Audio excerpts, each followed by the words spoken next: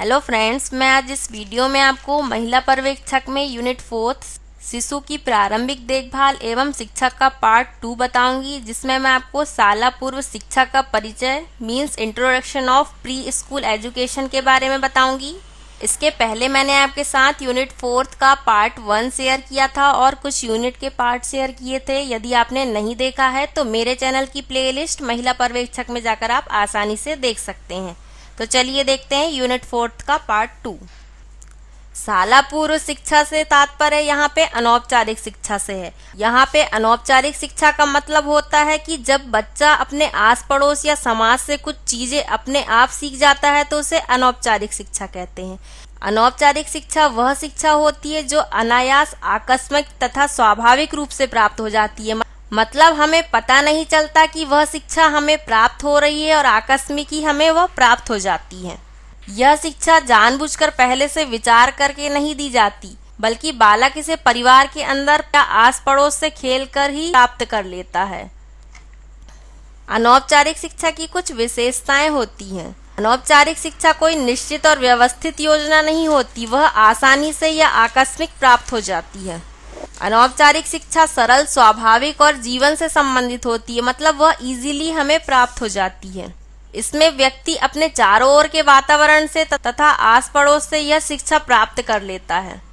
अनौपचारिक शिक्षा का न कोई निश्चित उद्देश्य होता है, न पाठ्यक्रम और न ही स्थान और अवधि होती है।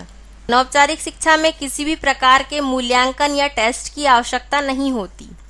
अनौपचारिक शिक्षा में बच्चे को कोई कष्ट नहीं होता, वह सुखद ही तथा मनोरंजन करके ही इसे आसानी से सीख लेता है।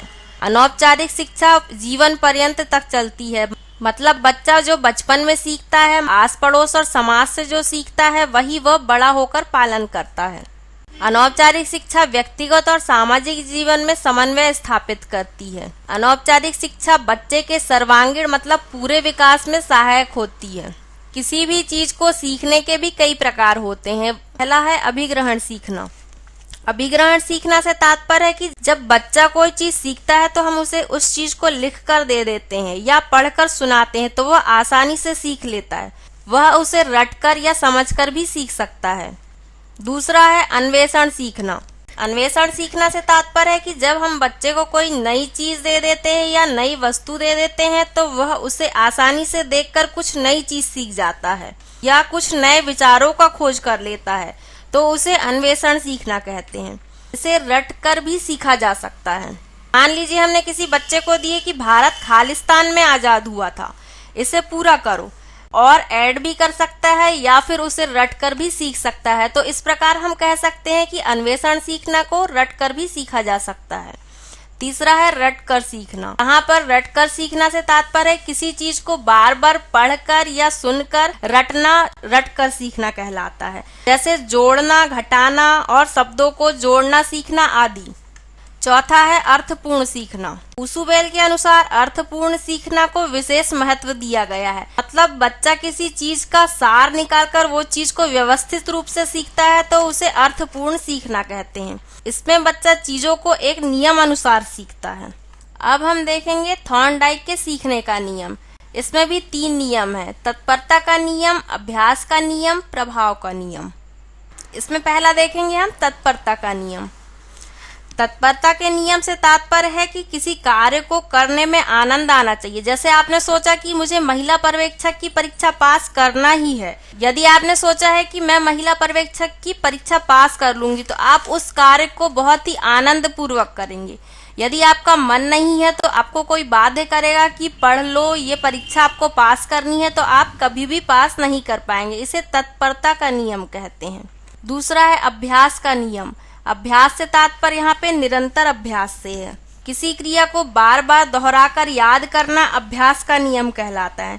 जैसे हम बचपन में पहाड़े याद करते थे तो हम उसे बार बार दोहराकर पढ़ते थे तो हमें जल्दी याद हो जाते थे। अगला है प्रभाव का नियम। प्रभाव के नियम को हम संतोष और असंतोष का नियम भी कहते हैं। संतोष और असंतोष से तात्पर्य यहाँ पे है, संतोष मतलब होता है कि किसी कार्य को करने में हमें परिणाम मिलता है, मतलब हम इनपुट देंगे तो हमें आउटपुट भी मिलना चाहिए, तो उस कार्य को करने में हमें आनंद आता है। यदि हम इनपुट दे रहे हैं और आउटपुट नहीं मिल रहा है तो उस कार्य को करने में हमें कुछ भी आनंद नहीं आएगा, मतलब वह दुखद और कष्ट भरा होता है। इसे असंतोष कहते हैं। अब सीखने के गौण नियम देखते हैं। इसके भी 4 पॉइंट्स हैं। पहला है बहुप्रतिक्रिया का नियम। बहुप्रतिक्रिया के नियम से तात्पर्य है कि जब व्यक्ति के सामने एक नई समस्या आकर खड़ी हो जाती है तो वह उसे सुलझाने के लिए बहुत से प्रयास करता है और तब तक करता रहता है जब तक कि उसका कोई सॉल्यूशन नहीं निकल जाता और कोशिश करते रहता है। अगला है मानसिक स्थिति का नियम। इस स्थिति को तत्परता तथा अभिवृत्ति का नियम भी कहते हैं।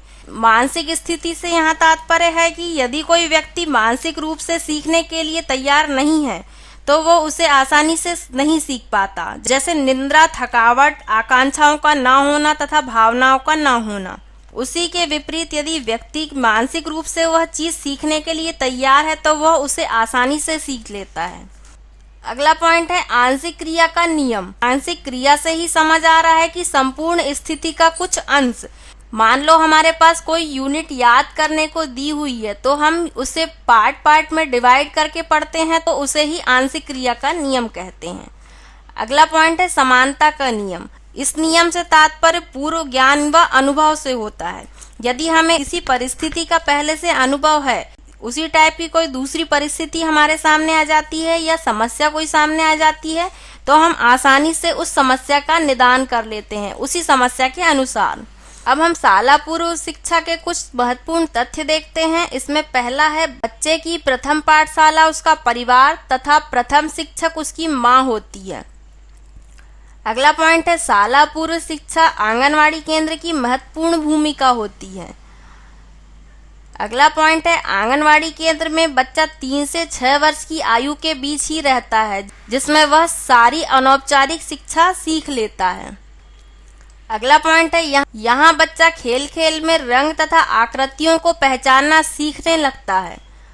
अगला पॉइंट है यहाँ बच्चे विद्यालय में बैठने के लिए मानसिक रूप से तैयार हो जाते हैं। इसलिए कहा जाता है कि स्कूल भेजने से पहले हमें बच्चे को आंगनवाड़ी भेजना चाहिए। अगला पॉइंट है यहाँ बच्चे समूह में बैठना तथा खेलना सीख जाते हैं।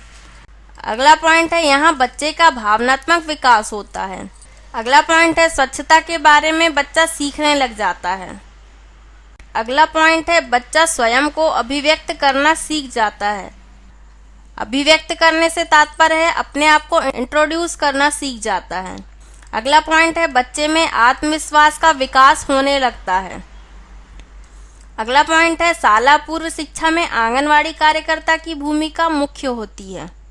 अगला पॉइंट है इसी समय बच्चों के स्वास्थ्य की नियमित जांच भी की जाती है, मतलब समय समय पर बच्चे की आंगनवाड़ी में स्वास्थ्य की नियमित जांच की जाती है। अगला पॉइंट है आंगनवाड़ी में बच्चे को पौष्टिक आहार भी मिलता है। अगला पॉइंट है 6 वर्ष का बालक प्राथमिक शाला में प्रवेश करता है। यहाँ से बालक की औपचारिक विद्यालयी शिक्षा प्रारंभ हो जाती है। अगला पॉइंट है 6 से 14 वर्ष की आयु में बालक प्राथमिक शिक्षा पूर्ण कर लेता है। अगला पॉइंट है इस दौरान बच्चे की सीखने की गति में विकास होता है, मतलब वह धीरे धीरे सीखना प्रारंभ कर लेता है। अगला पॉइंट है प्राथमिक शिक्षा में बालक मूलभूत बातें सीखता है। फ्रेंड्स, यदि आपको ये वीडियो अच्छा लगा हो तो इसे लाइक और शेयर जरूर करें और इसी टाइप के वीडियोस देखते रहने के लिए मेरे चैनल शाकुंतलम क्रिएशन को सब्सक्राइब कीजिए।